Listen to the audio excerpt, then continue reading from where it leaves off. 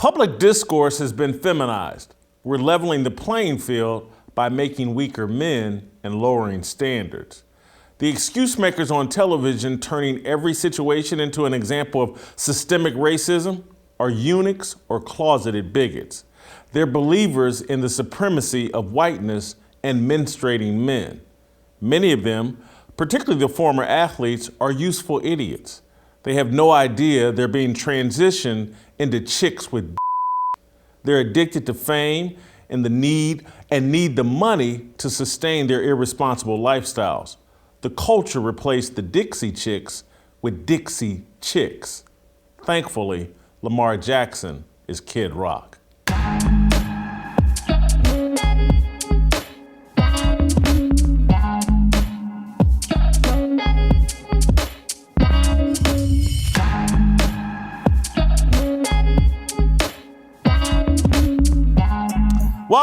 Welcome to Fearless with Jason Whitlock. I am Jason Whitlock, your host. Happy Monday to you and yours. I hope you had a fantastic weekend. I hope your football picks were better than mine. I picked the Bills and the Chiefs. Picked the Lions to cover. The Lions did cover, but the Chiefs and the Bills didn't. So I hope you had a better football weekend than I did. But that does not mean just because I had a bad football weekend doesn't mean we're not going to have a great football show today. TJ, Moe, Steve, Kim, and Last Chance Q, Jason Brown, is going to be here to help me break down the NFL action over the weekend. So we have a fantastic show planned for you, built around football, my favorite sport, your favorite sport, all kinds of issues to talk about. But we're going to start by building a fire around Lamar Jackson. And this fire is going to be bigger than just football. All right, so let's get rolling here on this Monday afternoon. Excuses cripple, criticism fuels.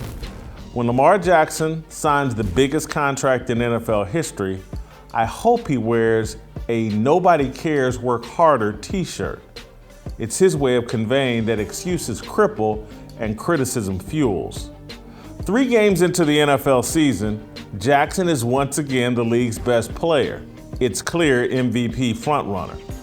Playing without a new contract, the 5th-year quarterback is on pace to duplicate his 2019 MVP season, arguably the greatest season of QB play in the more than 100-year history of the league. In that magical season, Jackson passed for 3,100 yards, 36 TDs, and ran for 1,200 yards and 7 touchdowns. This year, he's headed towards 50 passing touchdowns and 1,200 rushing yards again. Sunday, against Bill Belichick's New England Patriots, Jackson tossed 4 TD passes, ran for 107 yards, and another score. He's a one-man team. Baltimore's defense can't stop anybody. Jackson outscored the Patriots 37-26. I'm not sure we've ever seen one player account for a higher percentage of a team's offense than Jackson. Every offensive touchdown Baltimore has scored this season, Jackson either run it or thrown it. He's like 90% of their total yardage. The guy's incredible. Why is Jackson so great? Of course, he's talented. Of course, he has a great work ethic. Of course, the Ravens have built an offense that fits his skill set. But there's an extra ingredient. He's been criticized his entire pro career. Before the 2018 draft, Hall of Fame NFL General Manager Bill Polian said Jackson should move to wide receiver. Few people believe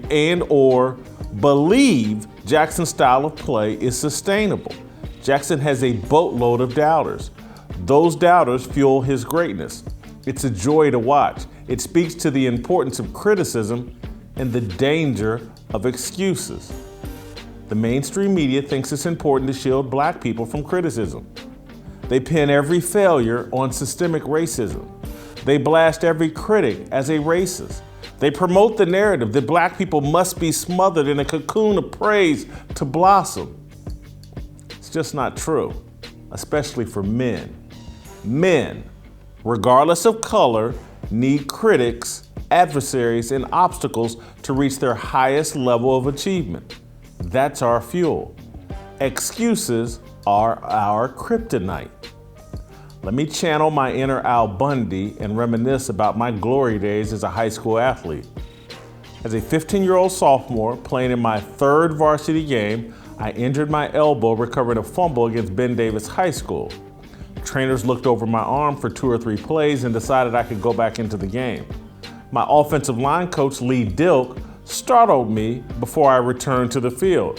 He moved within inches of my face and snarled, "You better play like you're not injured." I was blown away. How did he know what I was thinking? It had crossed my mind that I had an excuse for poor play the rest of the game. He took the excuse away from me. I've never forgotten that moment or that lesson. The people showering black men with excuses do not want us to succeed. They're grooming black men for feminization and fragility. They don't believe we can compete without crutches, handouts, and their sympathy. It's my belief that girls need more positive affirmation than boys. That's a controversial statement in modern America. The controversy does not diminish the truthfulness. Look at the way many female broadcasters respond to mean tweets and emails. They nail themselves to public crosses. Harsh public scrutiny tears at their souls. Most male broadcasters, columnists, and opinionists used to see public backlash as a sign of relevance.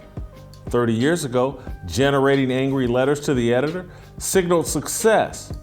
Now Twitter mobs signal unemployment. Public discourse has been feminized. We're leveling the playing field by making weaker men and lowering standards. We need to do the reverse. We need to build more Lamar Jacksons. You do that by taking away all excuses and letting men devour their critics with their performance. That's what Tom Brady has done for 23 years, since falling to the bottom of the draft. That's what Michael Jordan did when people said he couldn't win championships being a volume scorer.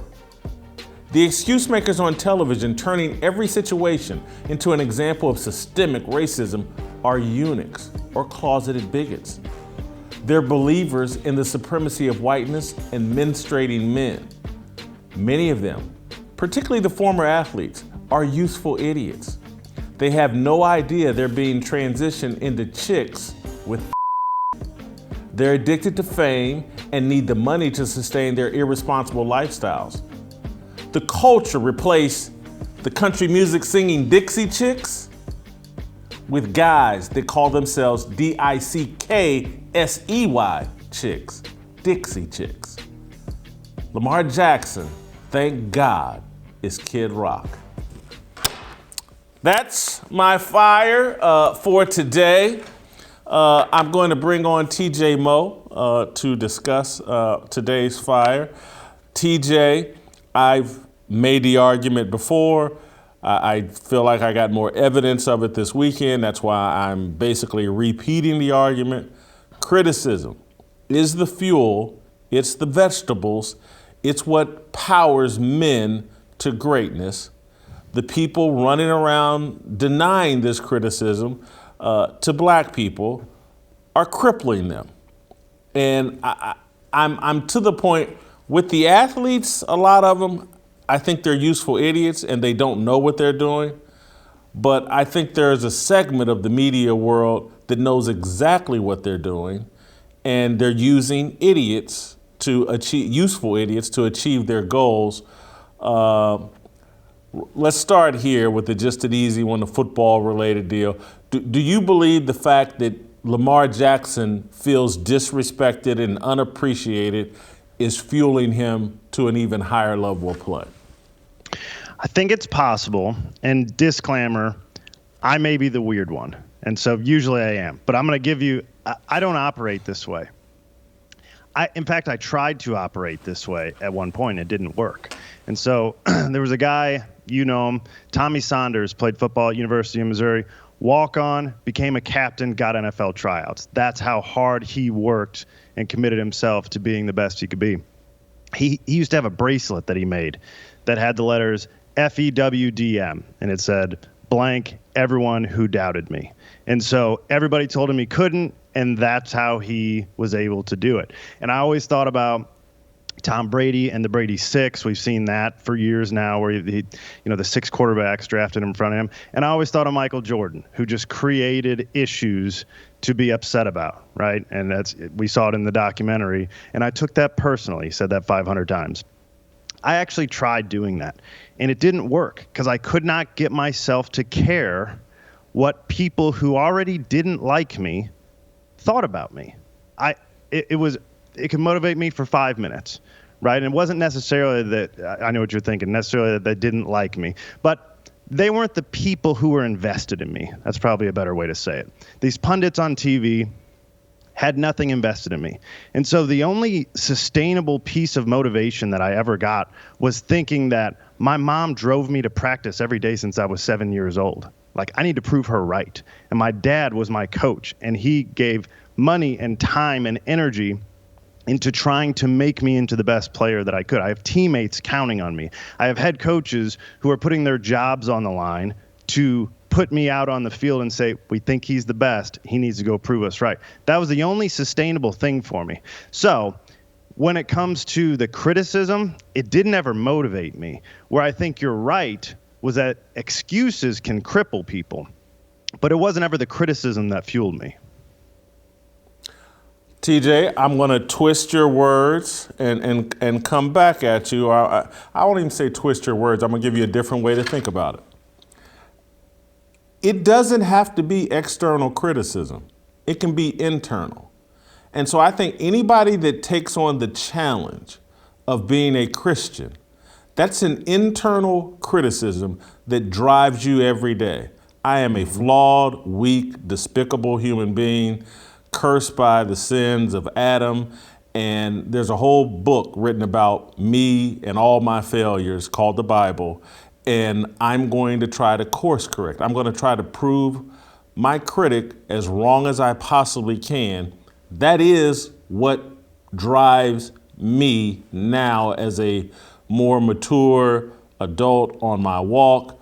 But I got to say, for me and for a lot of people, I was doubted my whole journalistic career. I didn't graduate from Mizzou or Northwestern or one of these prestigious universities.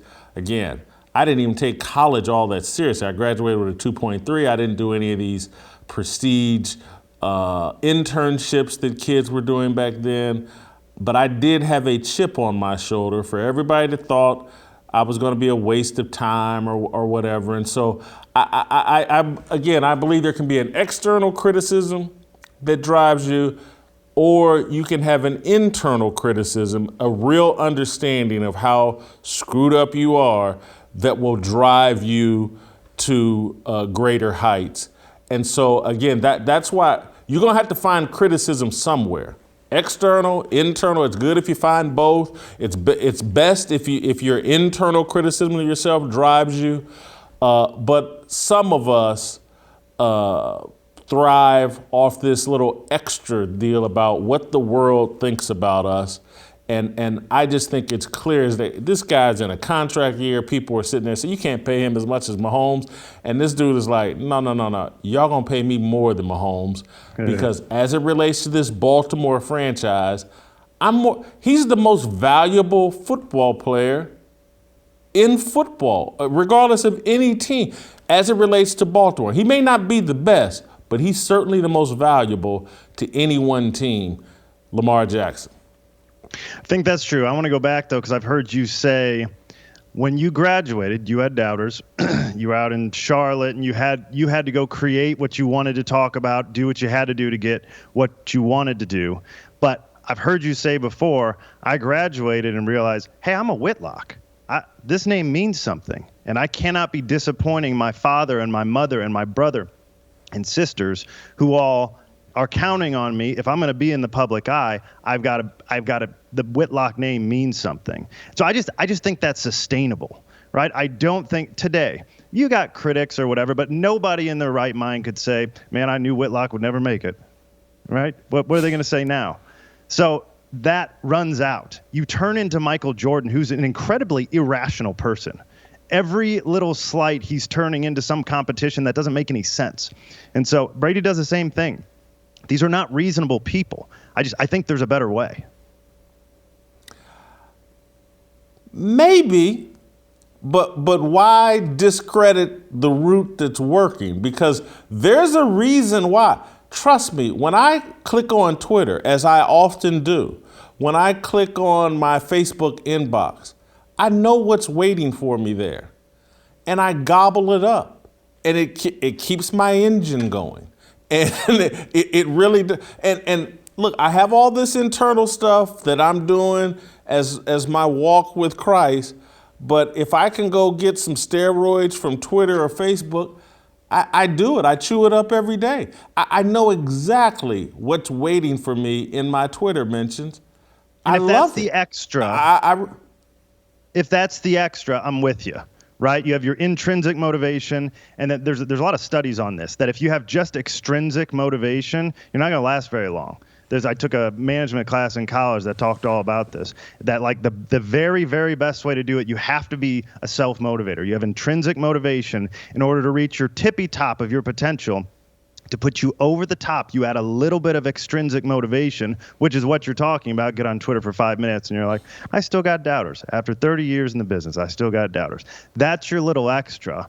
But I think we talk about it wrong, right? Maybe Tommy Saunders, the guy that I learned, he was my mentor in college. I learned as much from him as anybody else. He loved his grandmother, was probably trying to make her proud, right? And then the stuff he talked about was the idiots all over Twitter that were still saying, you're a walk-on, you're too slow, you can't do it. I just think the conversation is too one-sided, and it never worked for me. I give 5 minutes of motivation, and again, I'm happy to say I'm the weird one. I'm sitting here criticizing the greatest to ever do it in basketball and football. So obviously what they did worked. I didn't make it. What I did didn't work. But I'm just telling you, it didn't work for me. And I think for most of these people, a guy like Lamar Jackson, who's so close to his mother that she's basically acting as his agent, he's probably playing for her a lot more than he is some idiot on Twitter.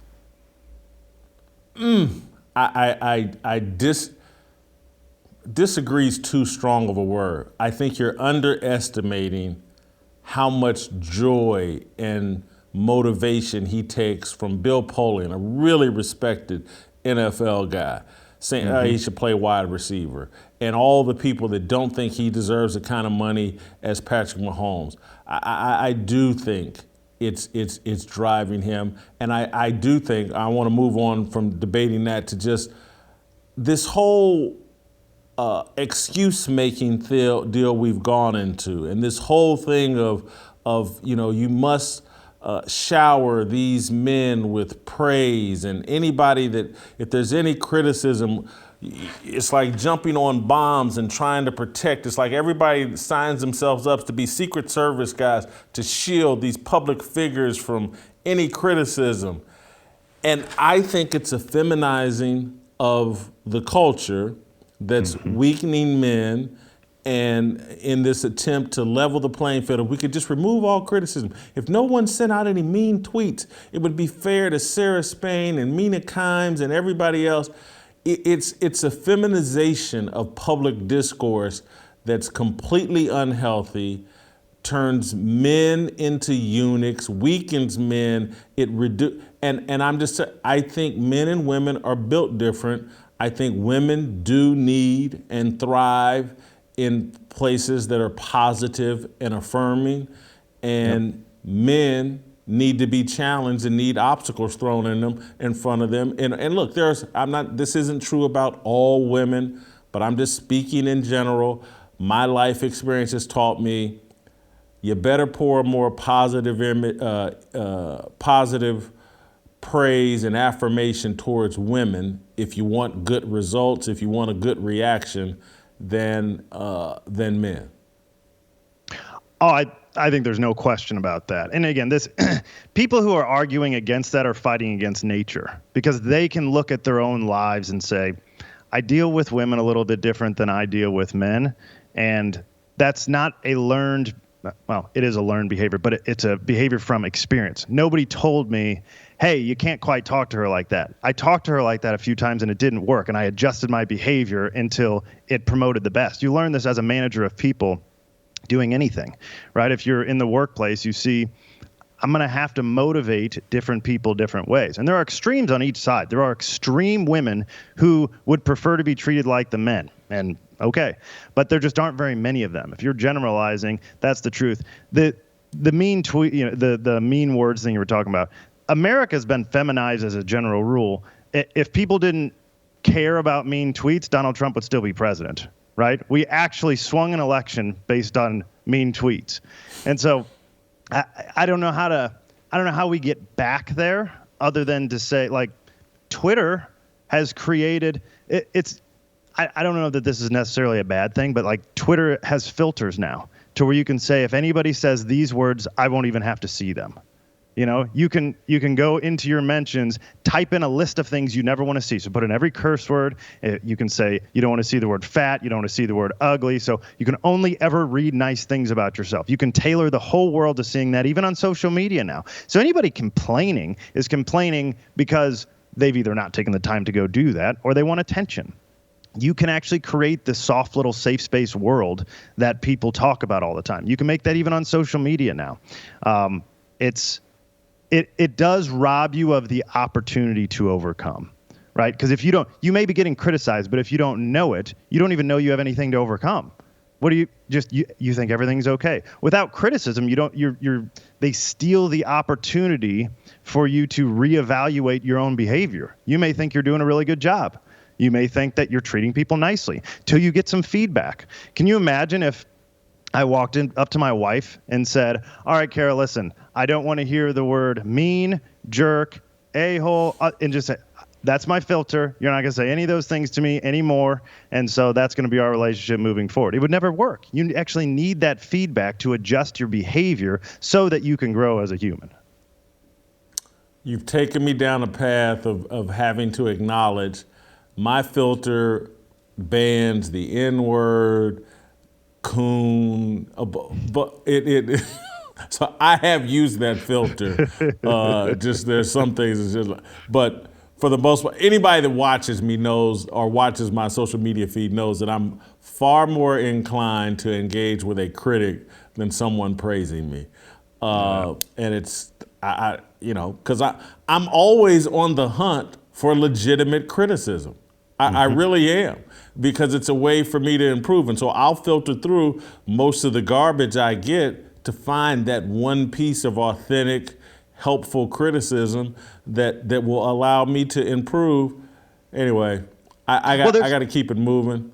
Go ahead. No, go ahead. Last thought. Yeah, go one ahead. last thing on that, because it is a time waster, because most people on Twitter are not thoughtful. So you may have to get through 500 stupid tweets, but there is a piece of information in there that's going to help you grow. And this is why it's not even that useful. It's probably better just to get off Twitter, because they're not the ones actually evaluating. Call your buddies and say, hey, just give me some feedback. You're watching the show. Is there anything going on? My opinions. Am I way off on this stuff? Call people that actually care about you, that aren't afraid. Your college buddies, I can assure everyone, are not afraid to criticize you, right?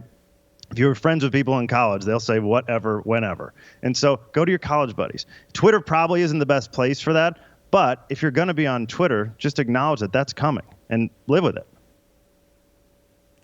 Thank you, TJ. Great job, as always. I want to talk to you guys about our good friends at Good Ranchers. Have you ever had a friend who is naturally talented at things? They just pick up a sport, hobby, or thing and immediately become good at it? They make it look easy?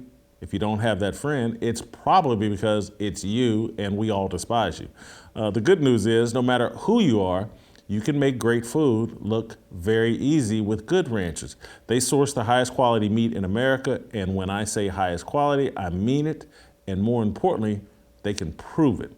Each piece of meat is from real American farms and hand cut and trimmed by real American workers.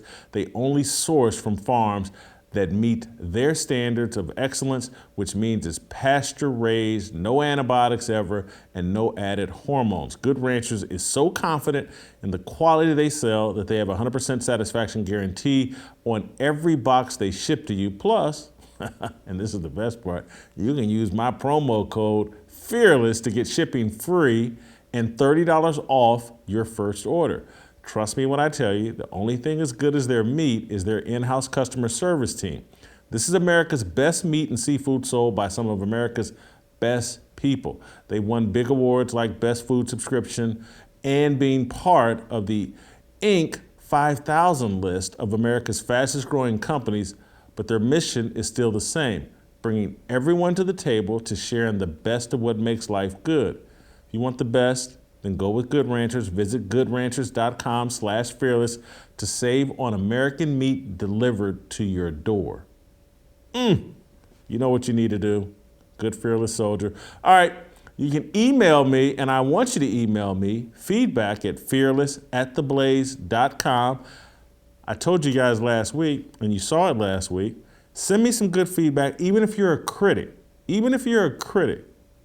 We may put you on the show if the feedback's good enough. And, we'll end our Friday show hearing from our viewers and people that maybe have a critique, a disagreement, whatever, a take that I find fascinating. Email me at fearless@theblaze.com. All right, the Korean Cosell, Steve Kim. X. It's my obligation, no hate, discrimination, raising up your hands for freedom. Yeah, 모두 다 빨리 박수 쳐 기다리지 말고 서둘러 Reason that I'm back is to feed you raps. I see that you are 배불러 So fly. All right, welcome back. Time for the Korean Cosell, Steve Kim. And perhaps on my favorite day to have Steve Kim. I love talking NFL football with Steve Kim, and we'll pick up right where I left off with TJ Moe. Steve, Lamar Jackson, clear favorite 3 games in to be MVP of the league. He's back performing at his 2019 level.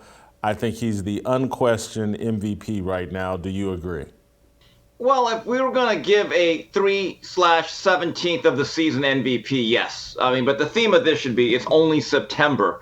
And there's still an issue of sustainability because last year Lamar Jackson for the first month and a half was on a similar arc. Now, I will say this. Lamar Jackson is gambling on himself, and right now he is sitting on a royal flush, but we still have a lot of football to be played. But just look at the numbers. I mean, he truly is. When they say he's a video game, I say, yeah, he's the most dominant player since '88 Tecmo Bowl Bo Jackson. It's amazing what he means to that franchise.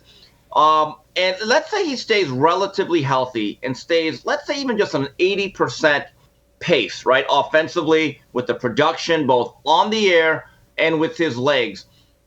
I believe Lamar Jackson has really leveraged this thing to a point he can name his price. I was thinking about this the last time we talked about Lamar.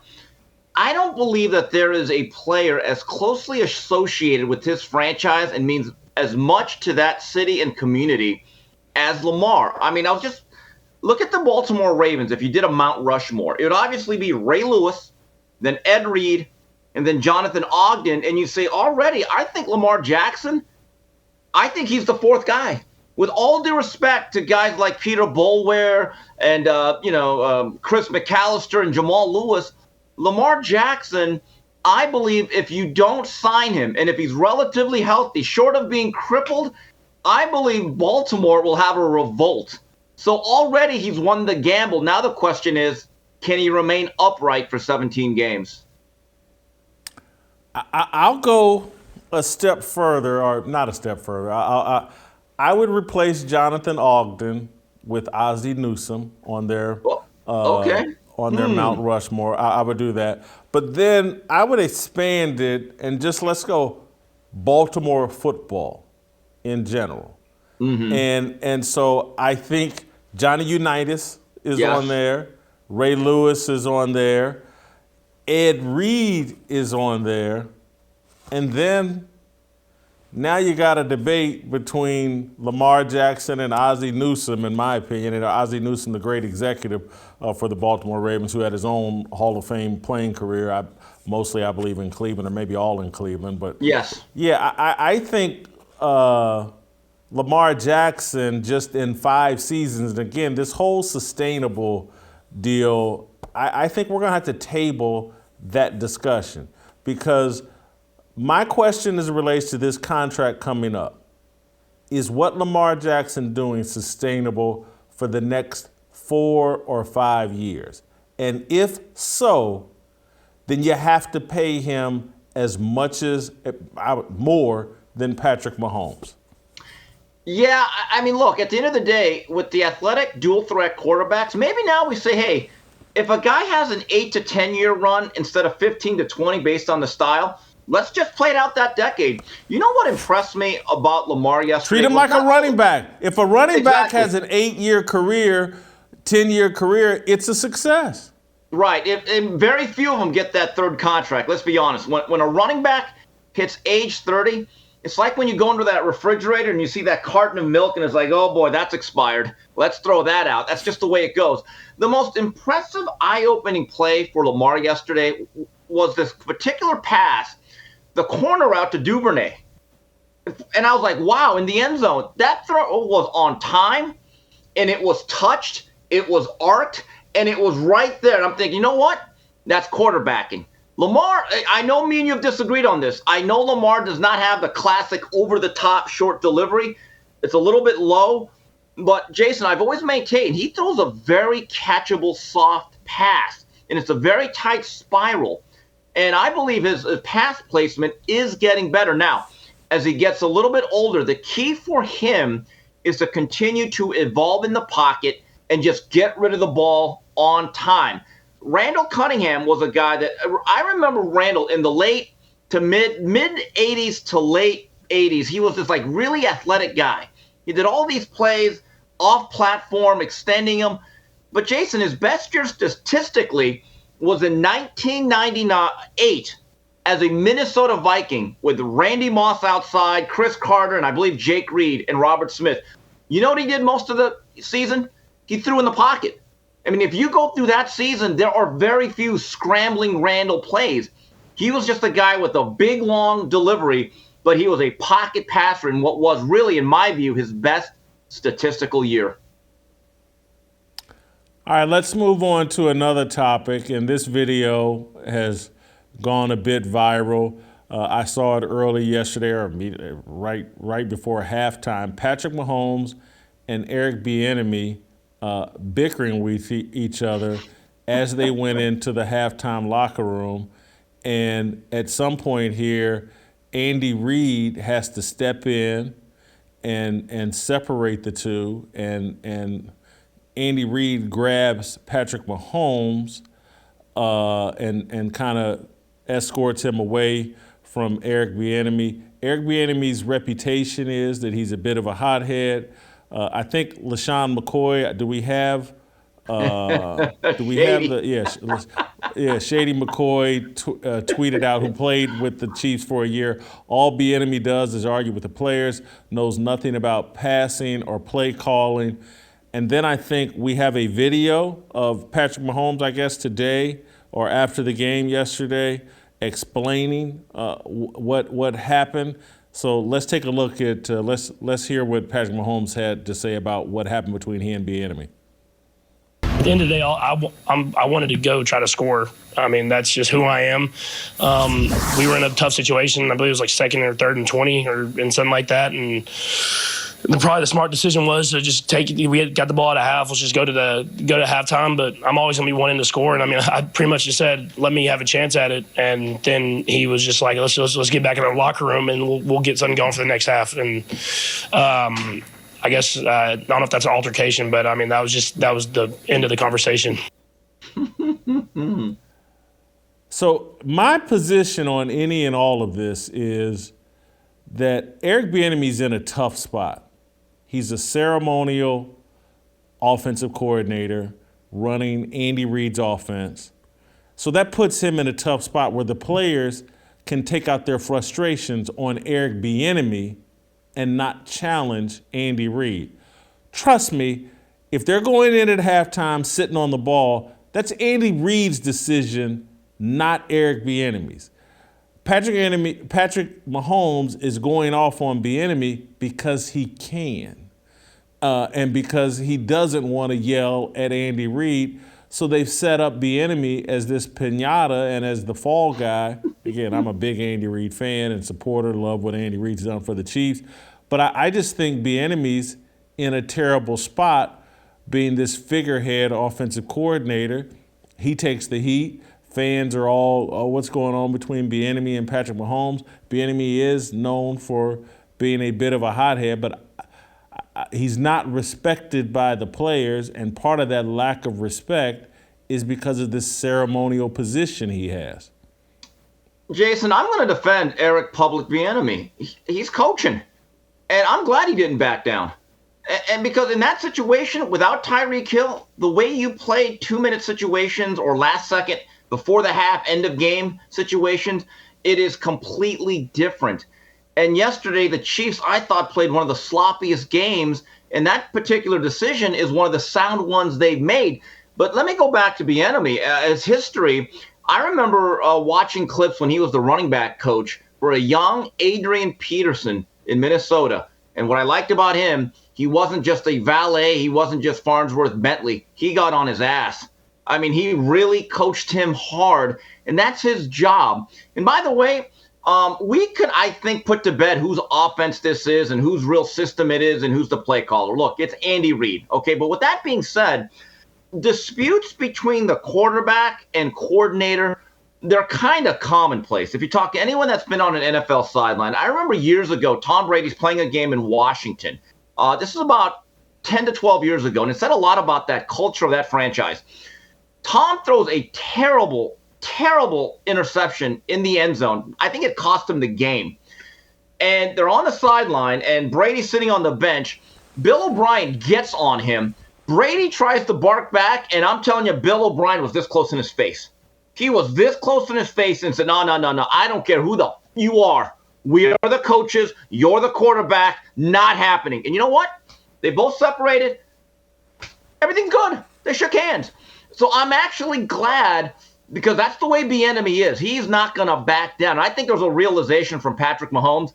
I really can't beat up Bieniemy. Let's bark a little bit, but let's walk away. But look, these disputes on the NFL sideline. Look, I saw something with the Jets. Quinnen Williams, a big defensive lineman. He wanted to assault his defensive line coach, and people had to get in the way. So at the end of the day, it's football. That's what happens. Yes, I agree with you. It's typical. It's par for the course. And maybe so. I'm at big deal, little deal, or no deal. You're saying this is a nothing burger. Yeah, I mean, it's a deal. It's football. It kind of happens. And I do wonder, maybe part of this, maybe there's some frustration over Bieniemy. This is where I do side with Bieniemy. I've seen so many assistant coaches who ride the coattails of a great quarterback. And whether it's them or not, I call it the Paul Hackett syndrome, because Paul Hackett for 20 years kept getting jobs because he coached Joe Montana. Jason, I could have coached Joe Montana. Okay, and he got all these big jobs, Pitt Panthers, Kansas City Chiefs, and USC, because everything came back to, well, he coached Joe Montana. And I see this in boxing all the time. You get one great boxer, and all of a sudden, everyone thinks you're a genius. It's the damnedest thing. But when you see a Nathaniel Hackett, who I never really heard of, and I researched him yesterday as I'm watching that mess last night, I'm thinking, okay, he coached Aaron Rodgers, right? But look, he ended up getting a job. Well, look, Eric Bieniemy's thinking, well, wait a minute, I coached Patrick Mahomes. Where's my head coaching job? So that's where I do think there's a little bit of an imbalance, and I wonder if Bieniemy is feeling some of that frustration.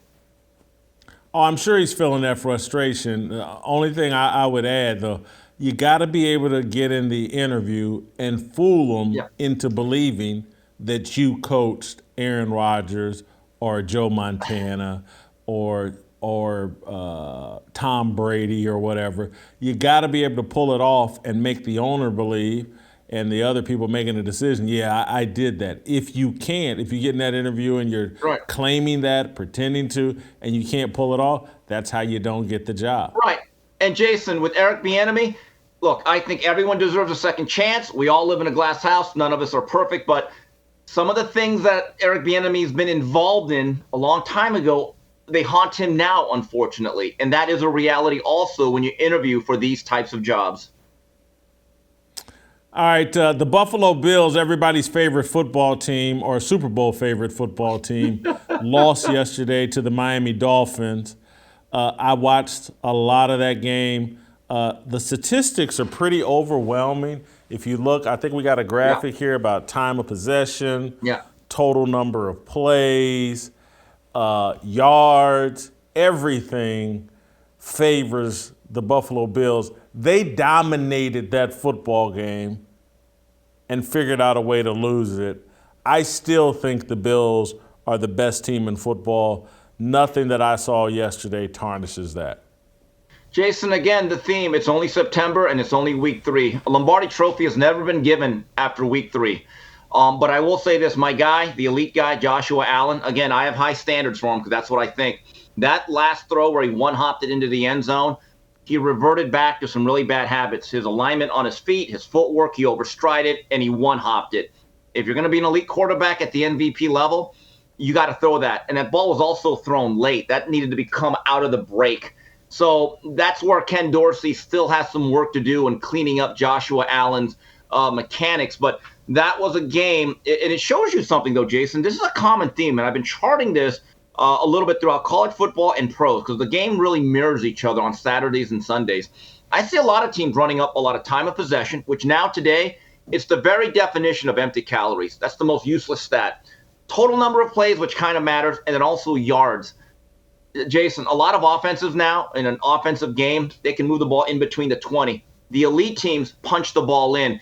But what you really need to look at, the statistic that I look at is total, the average yards per play. And look, the Bills dominated inside the 20s, and the Dolphins only had 39 plays, but they hit explosive plays. Now, those matter because, look, it doesn't matter if you have a 15-play, 8-minute drive, but if you only get 3 points, what does that really mean if that other team can just hit a 50-yard shot on you and take it in for 6? And that was the problem. And I'm a little bit concerned now going back to the Bills. It's a long season. Their secondary is absolutely decimated. I think all 4 starters are injured. I don't know how they're going to replicate that, but once again, to paraphrase Rick Pitino, Nate Odoms ain't walking through that door. So that's one of those issues they're going to have to deal with. Are they still the best team in Yes. the NFL in your view? Are they still? Yes. Yeah. And Yes, because, look, they are still the best team. Yes, they have an elite quarterback. They have waves of defenders up front that can rush the quarterback. They have a true number 1 receiver. I do think they need to run the ball a little bit more because more and more teams now, I'm just telling you, they're going to replicate what Miami did. They're going to go to that high cover 2 and force everything inside. Look, you got to create sets where you get single high man looks so you can go over the top. I saw much of that game, and there was a lot of dinking and dunking, which is effective. But you see what happens as the field gets compressed, as you get inside that red zone, you got to find ways to jam that ball in through the goal line. All right, the reverse of this question is the Dolphins are 3-0. I believe, have they won 11 of their last 12 games, Yes, including I think so. last season? Because they finished 8-1 at the end of the year after a terrible start. The Dolphins, though, to me, are a bit of a mirage. And then I don't want to take too much shine off, but I wasn't impressed with them yesterday. I was impressed with Waddle and Tyreek Hill and the difference they make and the explosiveness they give the Dolphins. But I'm wondering if of the 2 3-0 teams, the Dolphins and the Eagles, if the Dolphins aren't the team that's the mirage.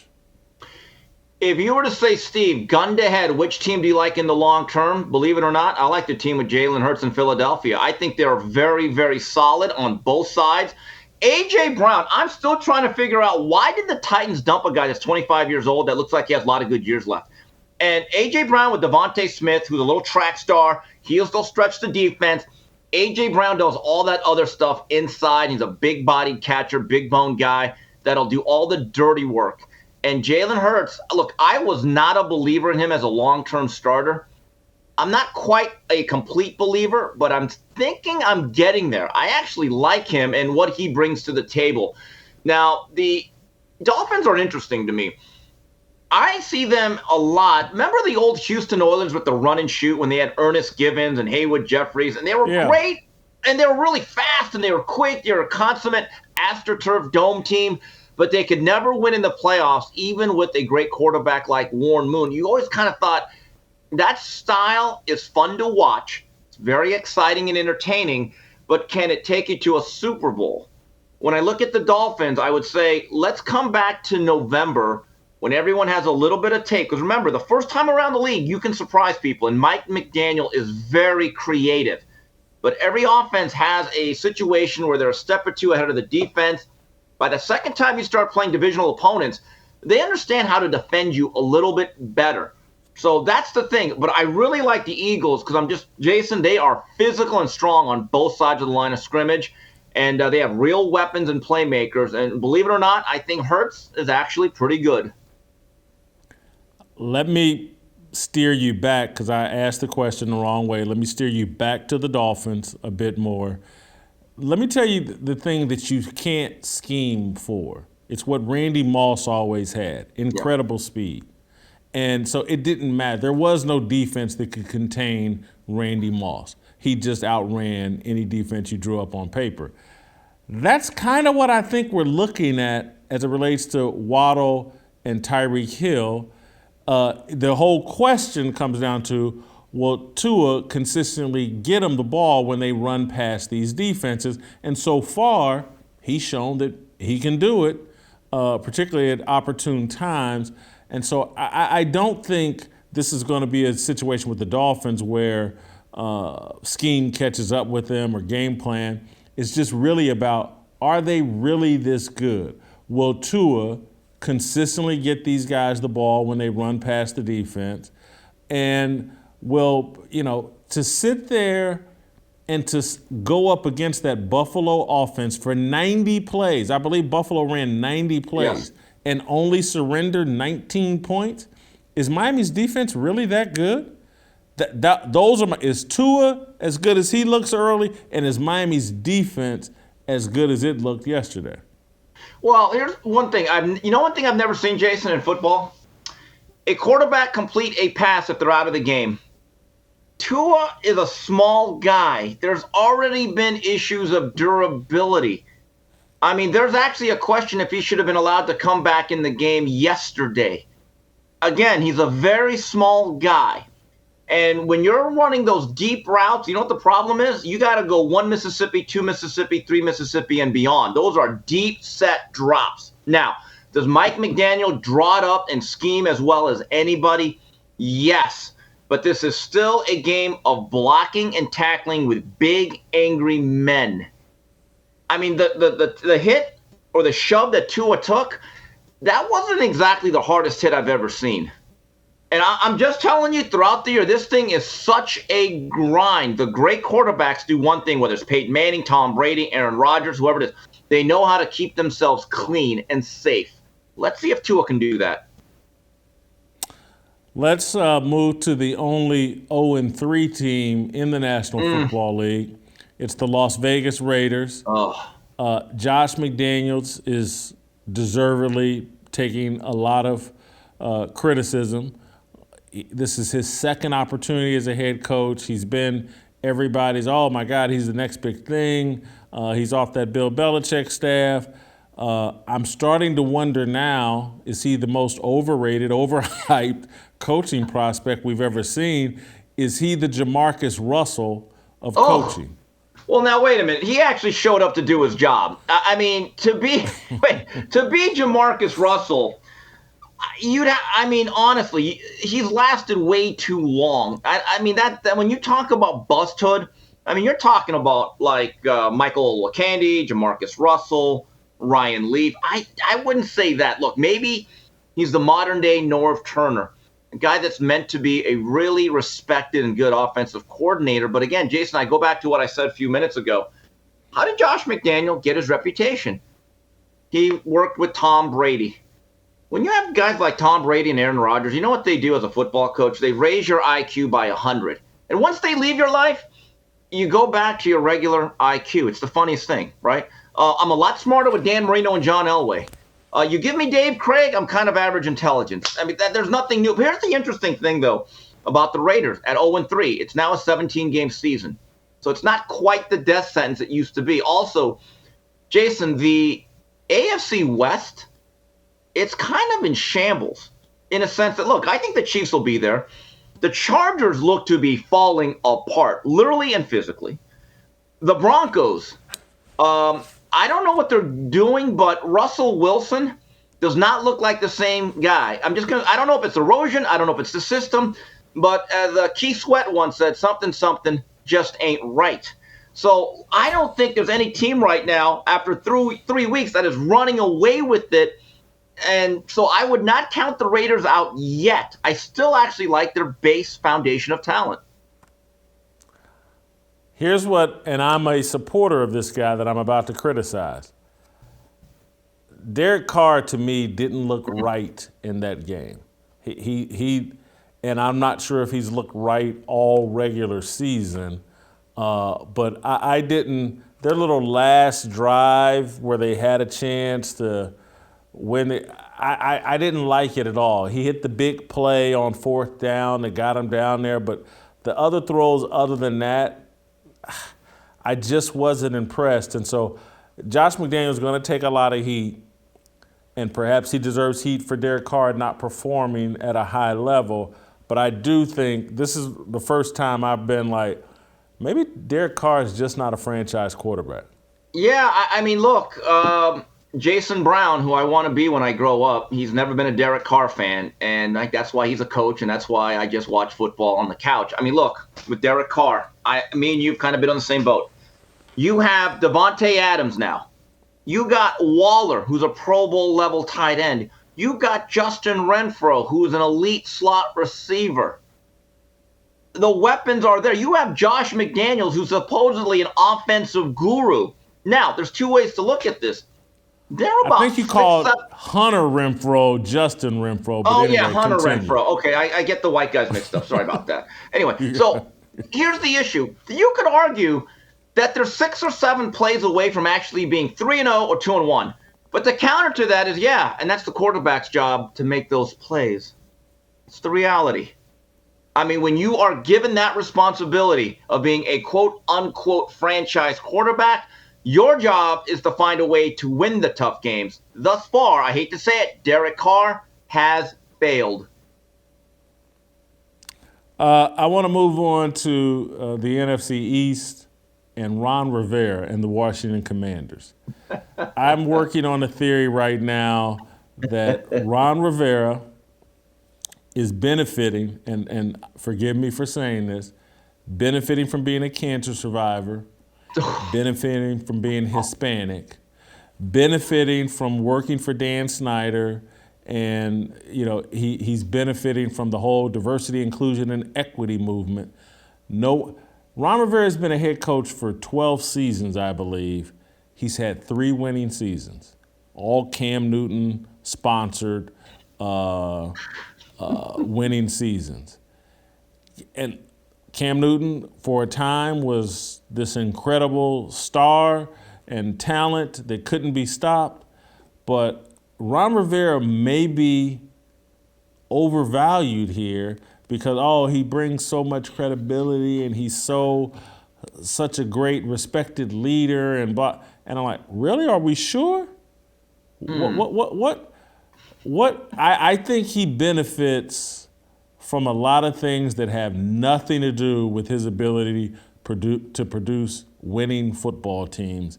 Is Ron Rivera potentially overvalued? I mean, they got embarrassed yesterday by the Philadelphia Eagles. Maybe it's because the Eagles are so good, but I've watched the Commanders twice this season, and I haven't been impressed either. I've seen everything except for I think they opened the season beating the Jaguars, but I've watched the 2 games since then, not impressed with the Commanders or Ron Rivera.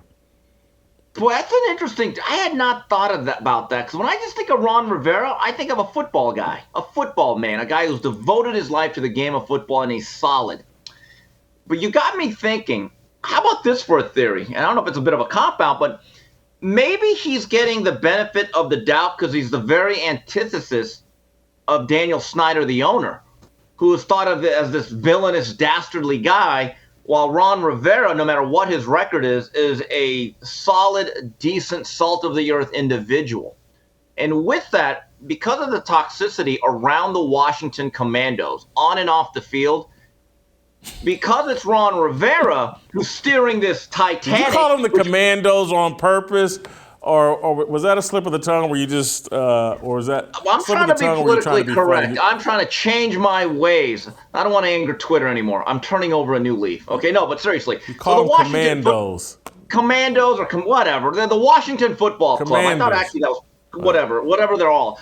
You know what? The Redskins. So here it is. The Redskins are the Titanic. They've hit the iceberg 15 different ways. The band is still playing. Jack and Rose are trying to get off the doggone ship. But Ron Rivera gives them stability. And maybe Snyder says, geez, here's the problem.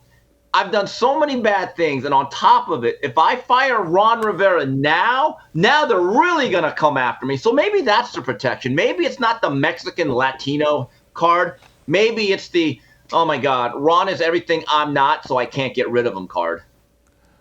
You know who he should hire to lead the team, be the head coach? John Gruden. Colin Kaepernick. You fire Rivera and hire Kaepernick. The wokes love it. DC loves it. They got some black leadership, big afro on the sidelines. They would just, everybody, you know what? They could make their logo a black, the fist deal, the Washington, call themselves the Washington Black Panthers and move on from there.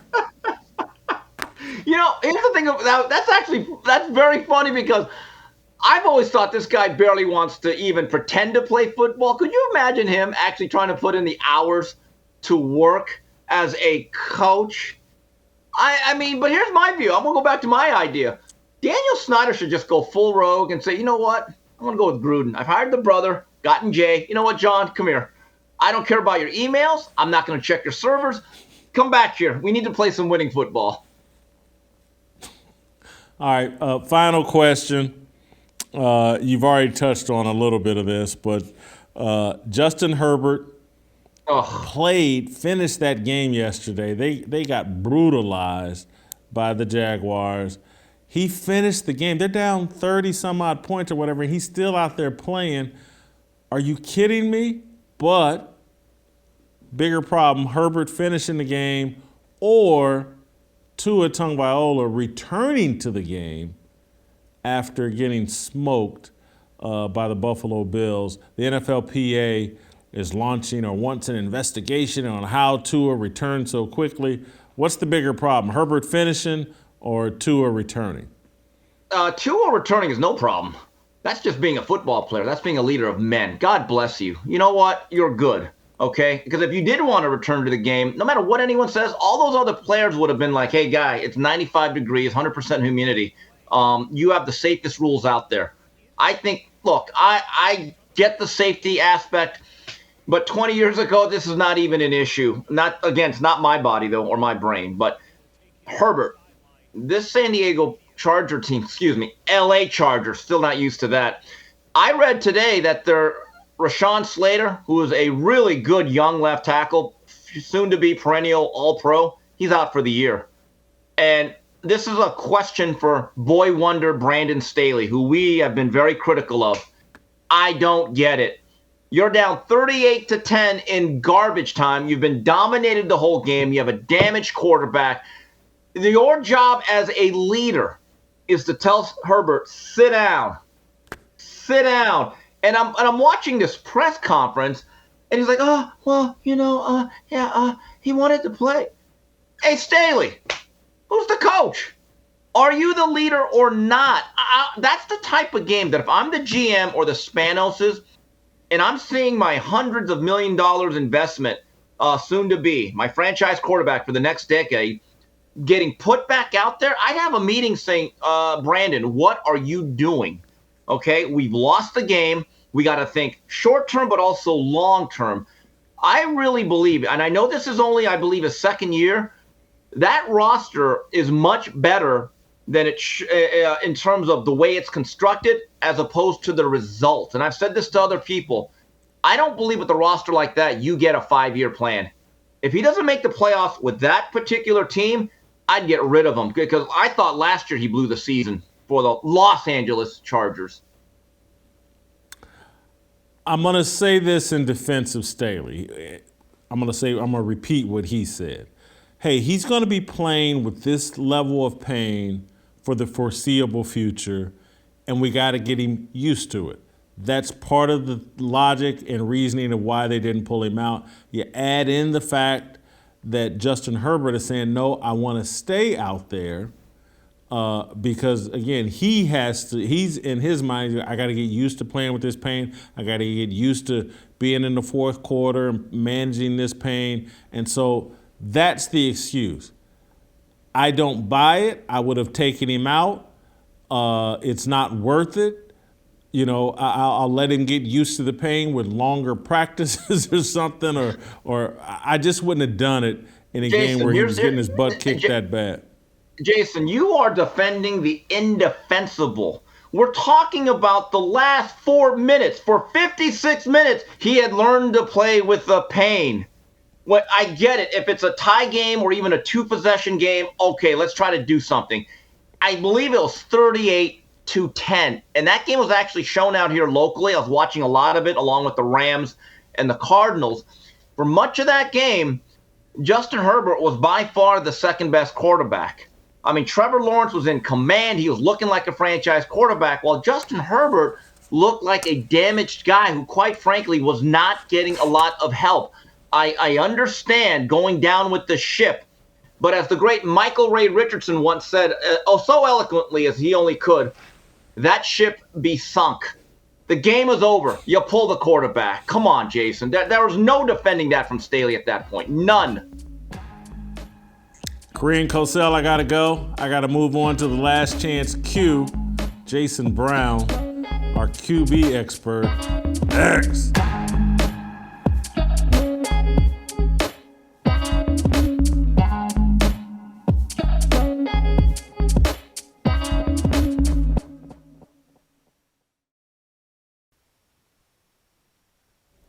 All right, welcome back. Let's get out to Los Angeles once again, bring in last chance Q, the guru, Jason Brown. You guys remember from Last Chance U on Netflix.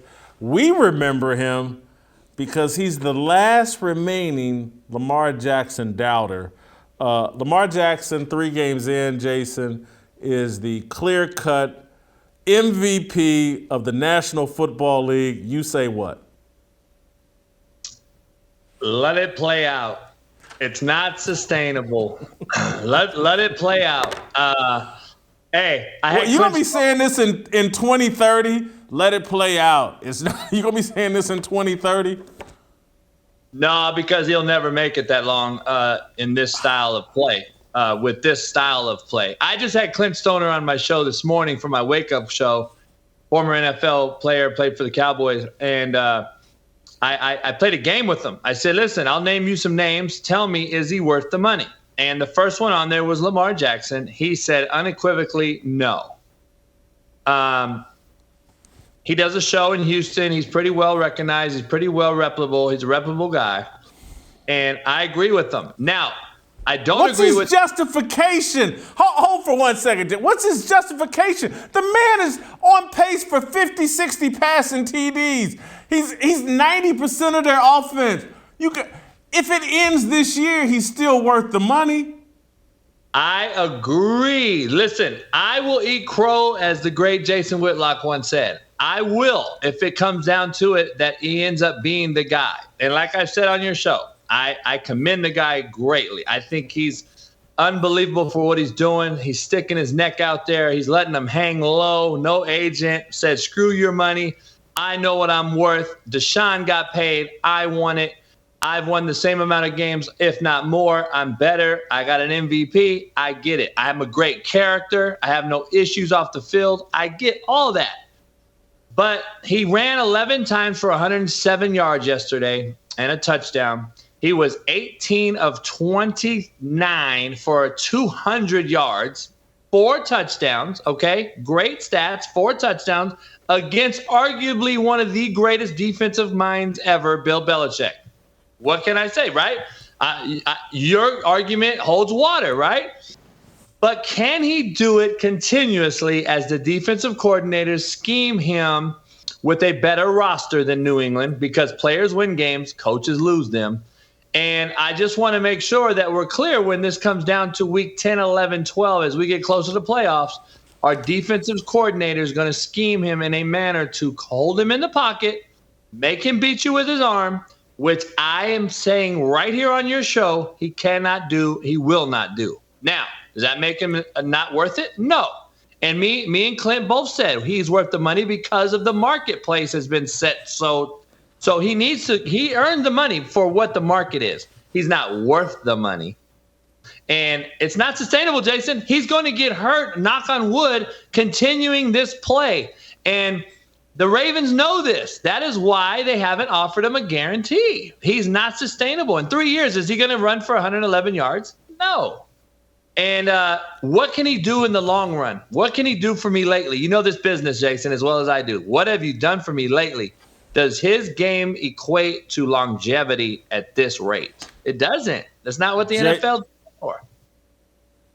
Jason, I get it, but you have to acknowledge he's improving as a passer. He is improving as a passer. My eyes aren't lying to me. He's a better passer than when he entered the league. This is the difference. Look at Jalen Hurts, who I'm not a believer in, but this year, Jalen Hurts has impressed the hell out of me. You know what he did? He flew his butt out to California, got with Jordan Palmer, a couple real quarterback guys, and his entire platform of mechanics has changed. It is completely different. Jalen Hurts looks like a night and day quarterback, which I was not aware of until I've witnessed it in the last few weeks. Jalen Hurts gives the Eagles a chance to win the NFC because of his release, his mechanics, and the ability to throw the ball on time.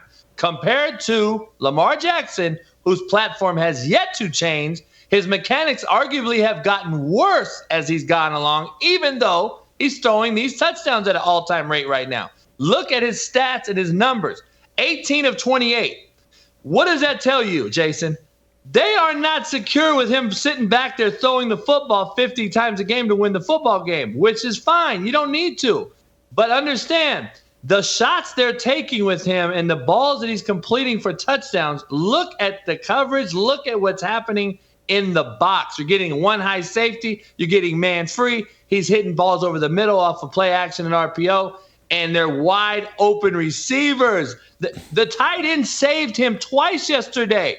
Did you see Edwards save him twice? He threw up his back foot like this, up for grabs football that Andrews jumped over two guys and grabbed it. Now we're saying he's the greatest passer of all time. He's throwing crap up there for grabs. That is what he does. And you know what, Jason? Lamar Jackson, as a leader and as that team has bought into him, that is why they're making those catches. They will run through a wall for this dude. That is why I give him the credit of get that money. He deserves that money. I didn't say he doesn't deserve it. I said he's not worth it. Please make sure we're clear. I don't believe he's worth it. Does he not deserve it? Yes, he does deserve it, in my opinion. But he's not let's call him Tom Brady yet. I'm not calling him. I said he's improved as a passer. But let's look at, and you've gotten a little ahead of me with the Jalen Hurts. We're going to get there. But Jalen Hurts went out to California, worked with Jordan Palmer, improved his passing mechanics. Let's don't act like Lamar Jackson this offseason sat in strip clubs and, all offseason. The dude put on 15, 20 pounds of muscle to prepare himself for what he was going to face, given the Baltimore offense that they have committed to. He knew he was going to have to maybe run for 1,200 yards this season. And so he did what made sense for Lamar Jackson. Jalen Hurts did what made sense for Jalen Hurts. I'm not saying that Lamar Jackson is going to have a 15, 20-year career. I'm saying he's worth it because he's made me believe he can be this style of quarterback for an additional 4 or 5 years, and that's good enough for me. That's good enough. He doesn't have to have Tom Brady's career. If this guy has a 10-year career playing at this level, he's Hall of Famer. He's probably going to win his second MVP and will likely have a shot. He'll make it to at least a Super Bowl and perhaps win a Super Bowl. I can't knock Lamar Jackson right now. I don't know I don't know what you're looking at, but I'm seeing a man do what makes sense for Lamar Jackson, not Jalen Hurts.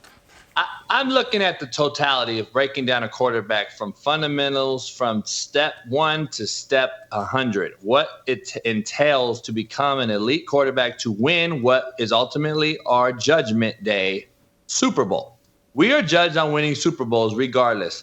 So let me ask you this, Jason. If I said, Jason, I'll give you 4 years. You pay me $200 million. Your show will be the #1 show in America, but I can also leave because I might not be the guy anymore and leave year 1. Would you sign me to that money? If you had given me 5 years in advance of what Lamar Jackson has given Baltimore, and then we entered into an agreement like where you're saying, I'm going to give you 5 more years of that. Yes, I'm going to sign that deal, and then if you leave after year 1 or 2, I'm going to be upset, but I will have enjoyed that first 5 years and 1 or 2 extra years so much that I'd be like, you know what? I got no regrets. What has he given you for 5 years, though? We must have a different result. A show! A show. This is an incredible show I'm watching. My fan base is satisfied. We're in the playoffs year after year. He's the greatest show in the NFL. It's a TV show, Jason. You were on one called Last Chance U. You put on a show. He's putting on a show. What'd that get me? Nothing. And it hasn't gotten him anything either.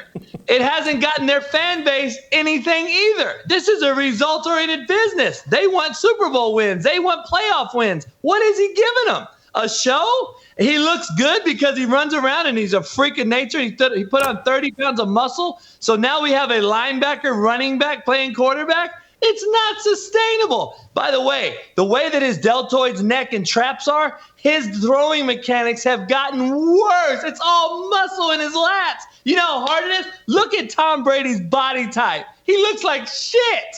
And he's the best still at 45 years old. Like, look at what Aaron Rodgers did to a loaded Tampa defense yesterday with 0 wide receivers. He started the game 10 for 11. And he ended up ripping apart a great defense because he's efficient with no wideouts.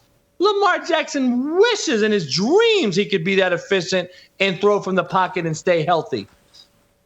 Jason, the problem you have right now is that I actually watched football yesterday, like I do every Sunday. You do know Green Bay, and I'm not knocking Aaron Rodgers because that's my guy, I love him. They scored 14 points. Lamar Jackson put 36 on New England.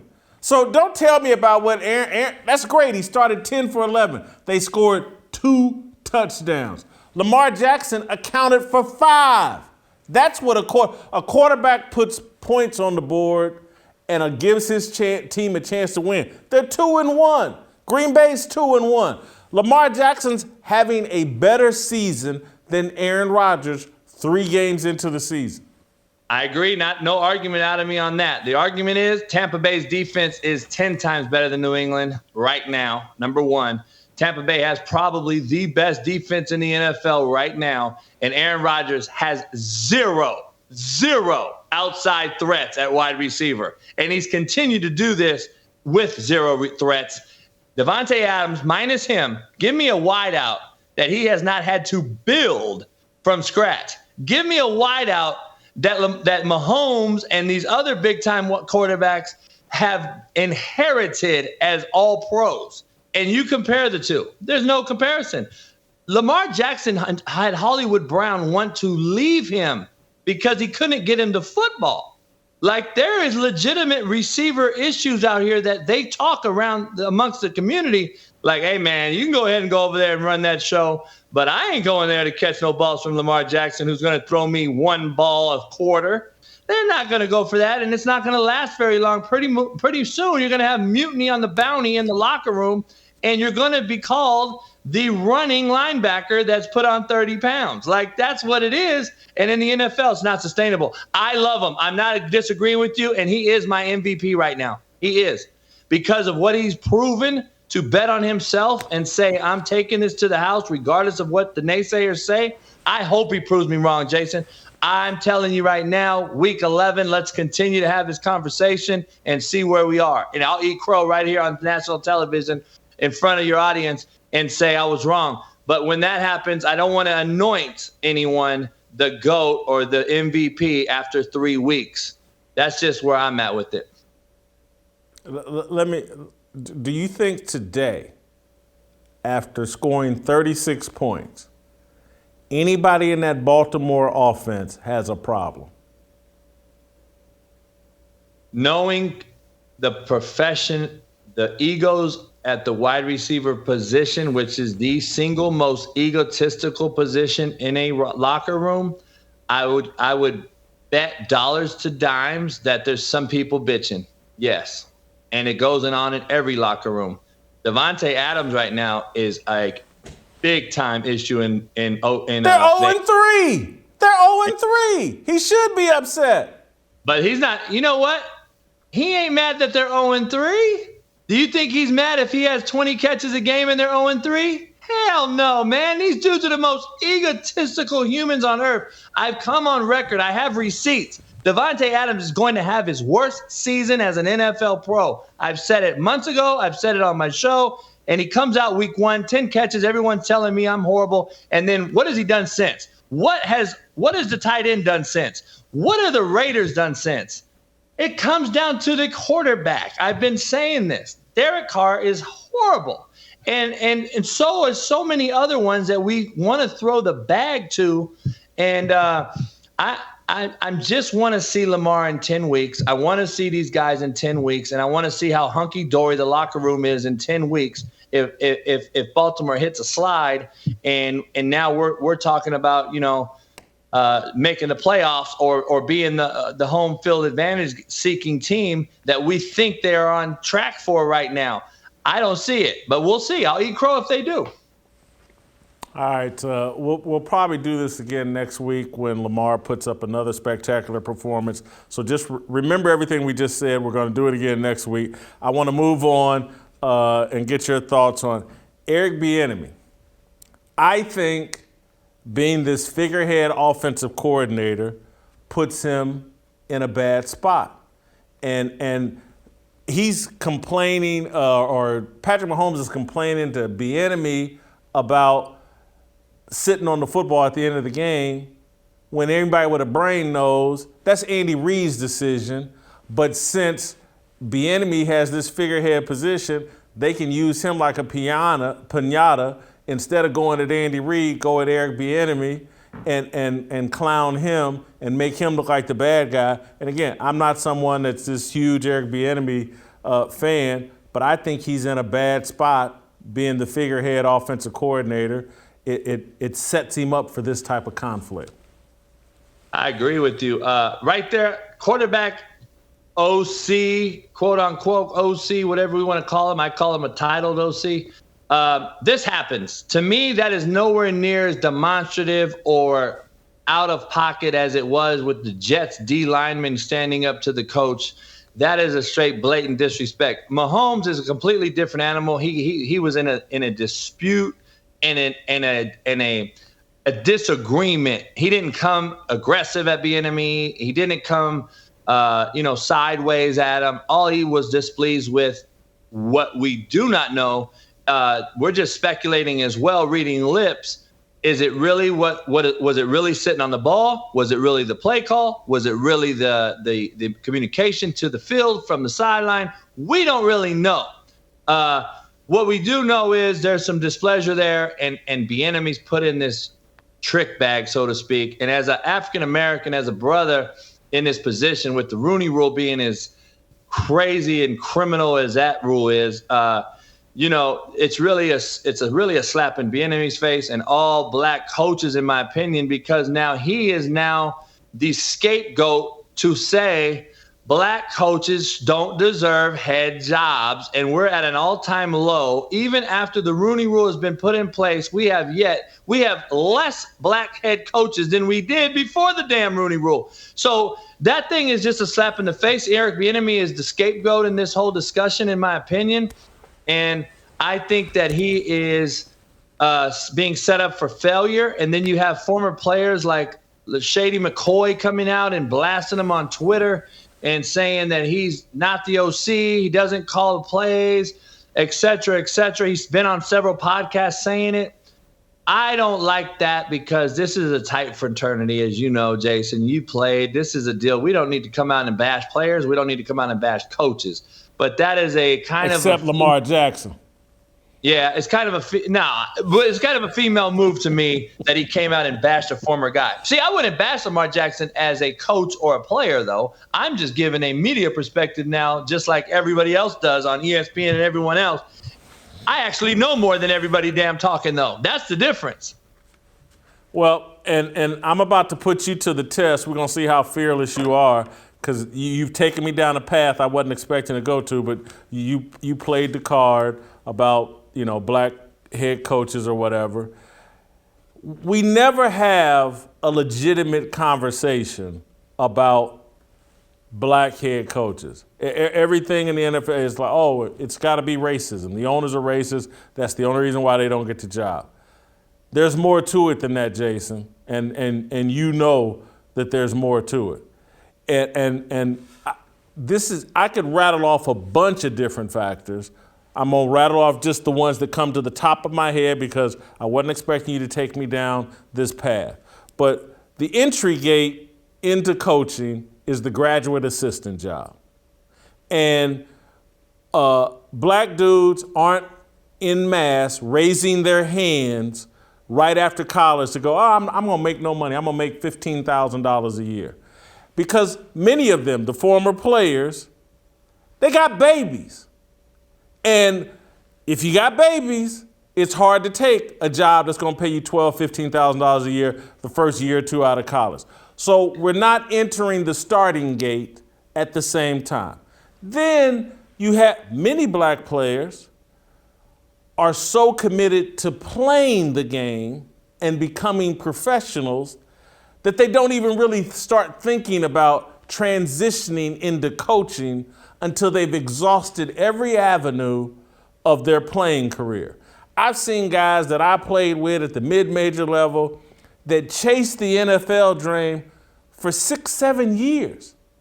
They weren't even all MAC, and they're chasing the NFL dream for 6-7 years after their career. They're playing arena ball, they're playing semi-pro, they're blah, blah, this, that, another. Whereas a Sean McVay will go to Miami of Ohio with the game plan of, I'm just walking on and playing here so I can learn how to coach. I'm just scratching the surface on all the little different elements. You got to get at the starting gate at the same rate as everybody else if you want the end results to be as good as everybody else. I just don't think we can chalk this up to, these white owners don't want black head coaches. If they're willing to pay Patrick Mahomes $500 million, you really think they care who they pay to coach their team for $5, $6, $7 million a year? I just don't think they do. I get tired of it can all be chalked up. They got rosters 75% black, paying them millions of dollars, but the one position, this head coach, no. Now, Eric Bieniemy, he got dirt on his jacket from the silly stuff he did at Colorado. If he was a white coach, everybody in the media would be lighting him up for the issues he had at Colorado. But since he's black, let's don't talk about it. It's just a more, and look, you've put staffs together. You've been involved.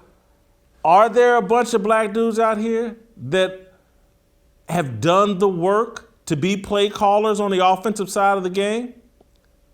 Really? Yeah. There's a lot to that. There's a flip side of the coin as well. Yeah.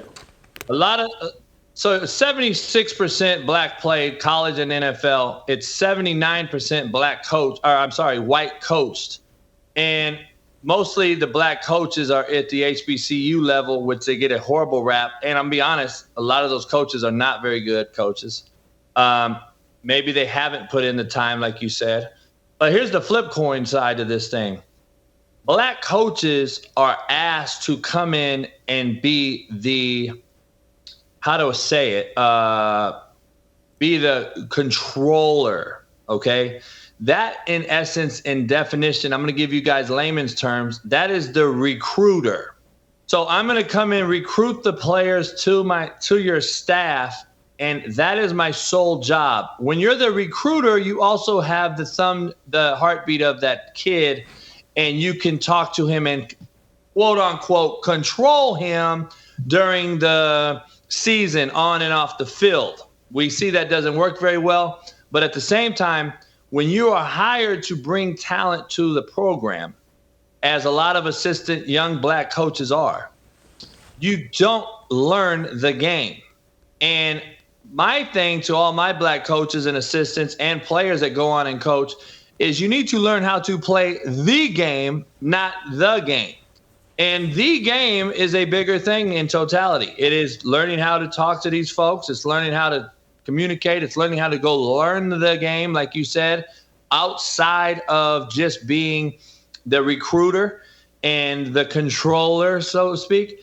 And I think that these coaches aren't putting in the time. I agree with you on that. But on the other side of it is, if you're asked to be this guy only, and then you get passed by because of a Sean McVay's daddy was in the NFL for a long time, I mean, you do have some nepotism involved. How many black coaches hire their own sons? There's not enough. I don't believe it equals out because we're not in the game. And I had Marshall Faulk on and was talking to him about the Rooney Rule thing, and he agrees with you and myself on this regard. You know damn well you're taking those token interviews, and until the black coach actually says, you know what, Marvin Lewis interviewed for the Cowboy job, and 2 hours later they named Mike McCarthy the head coach. You know you wasn't getting that damn job. And Marshall Faulk said it straight on my show. They know when the agents know before, they know.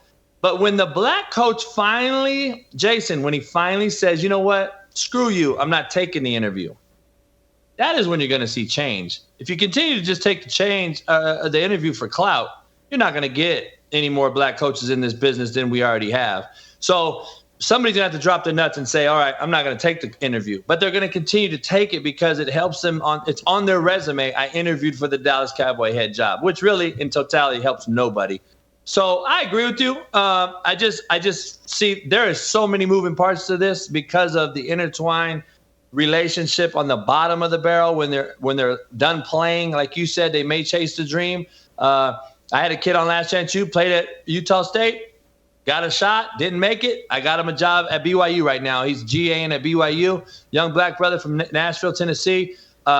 Great kid. He's like, Coach, it's about who's telling these cats what to do. And I think these kids continue to have horrible circles around them, and they listen to the wrong folks.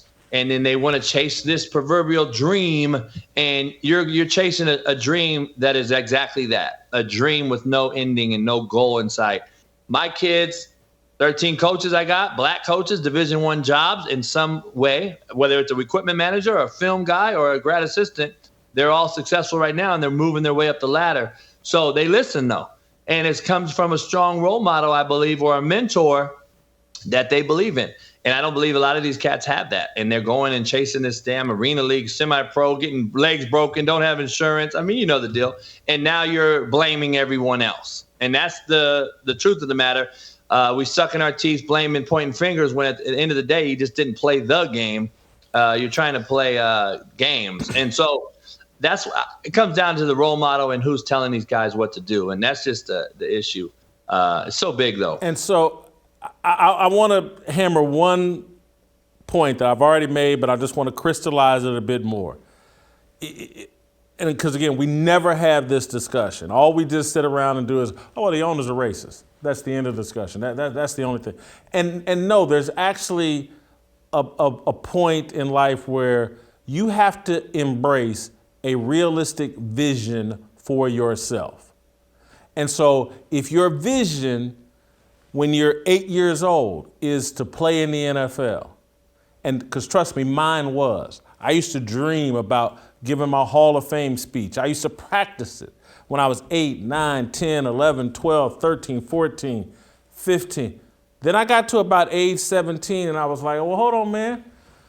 I got all these recruiting letters from the Big Ten schools, but the coaches ain't offering me because I'm just a shade over 6 foot and I play on the offensive line. And so I had to adjust you know what? You're not going to be tall enough, Jason, because I went and looked at the stats and like, man, you probably need to be at least 6'2" and blah, blah, blah. And so I started adjusting my vision for myself. And I was like, I'm going to use this college deal to launch some sort of career. And once I got to college, I figured out, I was like, oh, I'm going to be a journalist. And that became my vision for my life. And I've had success. I played with guys in high school that was 5'8" playing linebacker thinking they were going to play in the NFL. Or I was guys in college that ran 4.8 40s that thought they were going to play corner or wide receiver in the NFL. And it just vision. You know why? And I'm just telling you. I see. You know what it is? That's why I made this book, Hate Me Now, Love Me Later. Because hate me now when I tell you the truth from Jump Street. We have coaches now who are fluffing these kids and telling them and begging them and kissing their ass to tell them, you will make it. Coach, can I go D1? This cat is 4'8", runs a 4'8", and we're telling him, yeah. So he don't transfer on him and go to another high school. Or at the 4-year level, he don't transfer on him, and he's a GPA boost for their API scores so that their coach can get a bonus check. So we have so many different things going on, but we will not tell the kids the truth, and then they have a false sense of hope. And when they get to Alabama, if they do make it, now they're saying, all right, I'm a first rounder, and really you're not. And Nick Saban, a couple other guys are the only ones telling you the truth. These other guys are not. And now we're setting them up for failure at an all-time rate. And now you're seeing it not only in football, in society. Everyone thinks they're the next YouTube sensation, Instagram model. And that's why they're still in our Amazon packages at our front door. They don't want to work for nothing. Everything's handed to them. They want instant gratification. And that is what these kids are doing nowadays. This is the generation. And we don't have any mentors, any leaders telling them the truth. I used to tell the parents straight out, your son will not play Division I football, but he will become a better human. He will learn how to get his degree, and he will be a better citizen and a father in the community. I said, that is what I can promise him. I can't tell you right now he's going to Division I. He's not. He's 4'8" and runs a 4'8", and he's 300 pounds. So he's not going to Division I. The parents, mostly single mothers for any inner city youth, they don't know this, and they really, really are holding on to this hope and dream. And unfortunately, we have no truth tellers anymore. We have lost truth telling at an all-time high. I wish I can give these cats truth serum, and you'd be shocked that the world would change overnight. Took me off on a side track. I'm glad we did it. We'll probably do it again. I did want to get to your breakdown of Josh Allen's should have been game-deciding touchdown throw, but he one hop to throw. I think let's watch this video of you talking about Josh Allen. All right, no time, 4th down. We got a bunch set right here. Man, we know it's man, plus the added on backer blitz, so we know we're getting this pressure. He's either going to take the back, which he has to if this back were a free release, and we got a combination route concept right here. Allen, I know he's good. All you guys think he's the best. But listen, he always underthrows balls when he's unsure. He skip balls when he's unsure. 4th down, can't be unsure. We got a rub route, natural flat route. Ball needs to be thrown now. Now, we got leverage. Look, we got leverage. This is the guy we should be reading. Throw the ball, leverage throw. We call him leverage throw. The ball should be thrown right here. On time, he's holding the football. Why? Why is he not even ready to throw the football yet? I don't know why. He thinks his arm is going to save him. Late, bad mechanics, skips the ball. Game over. Miami's 3-0. The weirdo is now 3-0 as the head coach of the Miami Dolphins. What do I know? Hey, That's the difference between Tom Brady and a lot of quarterbacks. What that's you the just difference broke down. between Aaron Rodgers, Tom Brady, all the greats. I mean, so we want to anoint him as the next coming to Brady, but he's yet to overcome Mahomes in any meaningful game, A. He's yet to go to a Super Bowl, A. Same age as Mahomes, same age as Burrow, and he's yet to show me that he can win when it counts. And that all comes down to what we call the it factor. There's very, very, very few guys that have the it factor. And I think if you win a Super Bowl and you're as good as you are, like Aaron Rodgers is, even though I don't know if I'm gonna put him on my Mount Rushmore unless he wins another one or two. He's won one though, and he's as good as he is. I say he does have the it factor. Brady obviously is the epitome of the it factor, and there are only a few guys that have the it factor. Tony Romo just didn't have it. Me and Clint Stoner talked about him this morning. Tony Romo's probably top 5-10 skill set of all time, but he couldn't win a game, couldn't win a playoff game, and he had more Pro Bowlers around him than anyone. He has loaded Pro Bowlers as well. Allen does. Might have one of the top 3 wideout crews in the football. He has all the intangibles, all the tools. The OC slamming the clipboard after the game, Dorsey, I would have hit myself with the clipboard because it's your fault. And even though Allen made a bad throw, we put him in a predicament. That was his 64th throw of the football game. And how many carries did he have? Every time we drop back to throw, Jason, 64 times in that instance yesterday against Miami, that's 64 opportunities for him to tuck it and run. That's 64 opportunities for you to end this kid's career. It's blowing my mind that we can't run the football and balance this thing out. By the way, Tua was 13 of 18 for 146 yards and won the football game. Like, we don't need to throw the ball 63 times. But what we do need to do is balance it out and give him easier, more manageable positions to be put in. And we're putting all the onus on Josh Allen. I don't think it's fair on him for that regard, but I also want to clarify. Big-time players make big plays in big games, and he has yet to do so in any big game. And he's another one I wouldn't pay. Not until he can win a game for me.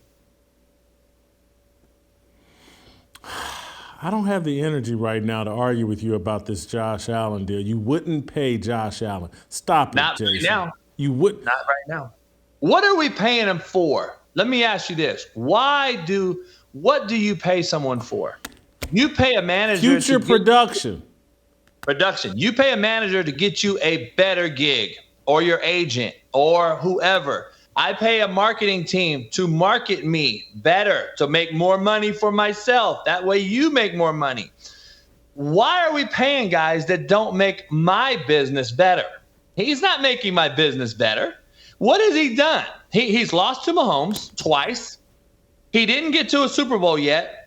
And Bill Mafia, he's the best thing because he tucks it and runs and stiff arms a guy. And he's this close to being done for the year like Trey Lance is.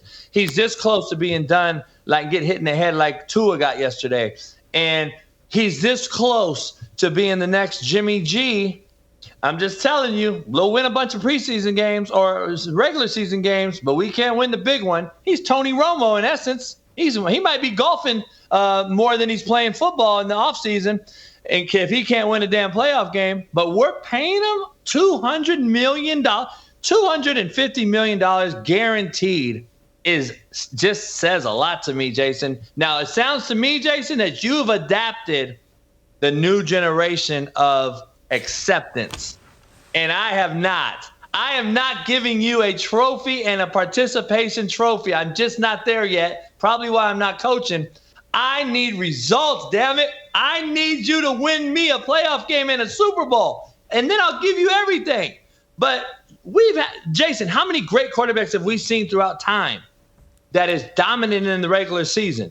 And we talk about how much of a choke artist they are in this playoffs. I wouldn't pay James Harden either. What's he done in the playoffs?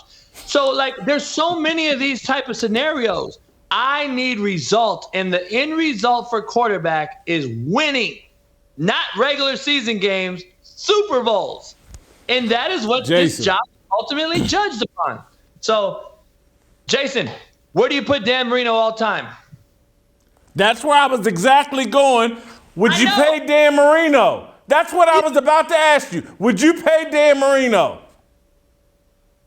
That's the thing. You've accepted the new relevance. It's not relevant. I asked you a question. Would you pay Dan Marino? Yes. Because of the difference in era. Dan Marino, in this era, the marketplace has been set at here. Dan Marino got $1 million a year. We're paying these dudes $50.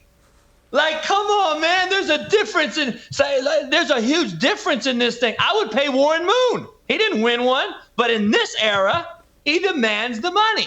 And so, I mean, it's a whole different ballgame. It's hard to compare apples and oranges. It's hard to compare eras when the money. I mean, Eric Dickerson never made $1 million in his career in one season. His most money he made was $950,000 with the Colts when he got traded from the Rams. You're telling me in my opinion, he's the greatest running back to ever touch a football, and he never made $1 million in a year. Imagine what Eric Dickerson makes today. And I'm just telling you, we have so many different. There's just time. The time and the eras have changed so much that we have accepted mediocrity as greatness. And that's just a generational difference in me and these other cats thinking. And I'm just praying Jason Whitlock doesn't go down that trap. JB, I was going to ask you about Jalen Hurts, but you've already somewhat addressed that, and I got us sidetracked on other topics. I will say this, JB, a couple of more performances like this, and I'm going to have to figure out a way to pay you. My God. Hey, remember. Holy cow. Hey, I'm just telling you. Hey, disagreements create You're great a natural, man. Hey, disagreements You're create a natural. This is your calling. This is your calling. You're a natural. All right, that's tomorrow. We'll see you tomorrow. Waiting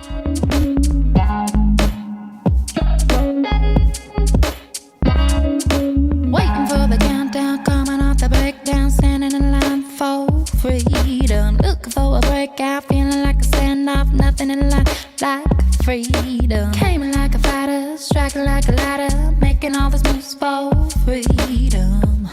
I want freedom. No negotiation, my sister, no relation, we all just wanna have